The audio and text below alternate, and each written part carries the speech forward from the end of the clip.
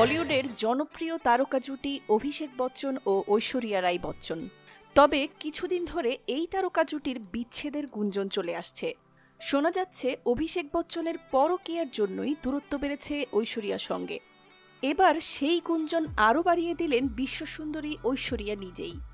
India today থেকে জানা যায়, সম্প্রতি গ্লোবাল উইমেন্স ফোরামের এক অনুষ্ঠানে যোগ দিতে গিয়ে দুবাইতে গিয়েছিলেন ঐশ্বরিয়া। সেই অনুষ্ঠানের একাধিক ঝলক ছড়িয়ে পড়েছে সোশ্যাল মিডিয়াতে।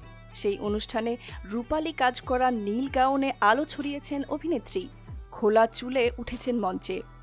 অনুষ্ঠানের সময় অভিনেত্রীর পেছনে থাকা স্ক্রিনে ফুটে ওঠে তার নাম ঐশ্বরিয়া রাই, আন্তর্জাতিক তারকা। সেখানে পরিচিতি অংশে নিজের নামের পাশ থেকে মুছে দেন বচ্চন পদবী। বিশ্বের কাছে নতুন করে শুধু ঐশ্বরিয়া রাই নামেই পরিচয় দিলেন। বিয়ের পর থেকে সব জায়গায় নামের পাশে বচ্চন পদবী ব্যবহার করতেন ঐশ্বরিয়া। সেই পরিচিতিতে পরিবর্তন আসায় নতুন করে ভক্তদের মনে সন্দেহের উদ্রেক। আবার প্রশ্ন উঠেছে অভিষেকের সঙ্গে ডিভোর্সের প্রসঙ্গ।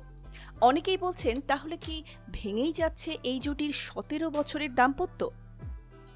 আগে যখন তাকে শুধু ঐশ্বরিয়া রাই বলে সম্বোধন করা হতো, তিনি ভুল ধরিয়ে নিজের বচ্চন পদবী তুলে ধরতেন। এবার চোখের সামনে নিজের বিয়ের আগের পদবী পর্দায় ফুটে উঠতে দেখেও কোনো আপত্তি নেই সাবেক এই বিশ্বসুন্দরীর। বিচ্ছেদ নিয়ে দীর্ঘদিন ধরে গুঞ্জন চললেও অভিষেক বা ঐশ্বরিয়া কেউই কিছু বলেননি এই বিষয়ে। দীর্ঘ 17 বছরের দাম্পত্য জীবন অভিষেক ও ঐশ্বরিয়ার। 2006 সালে ওমরাও জান সিনেমার শুটিং করতে গিয়ে তাদের প্রেম। এর পরের বছর 2007 সালে তারা বিয়ে করেন।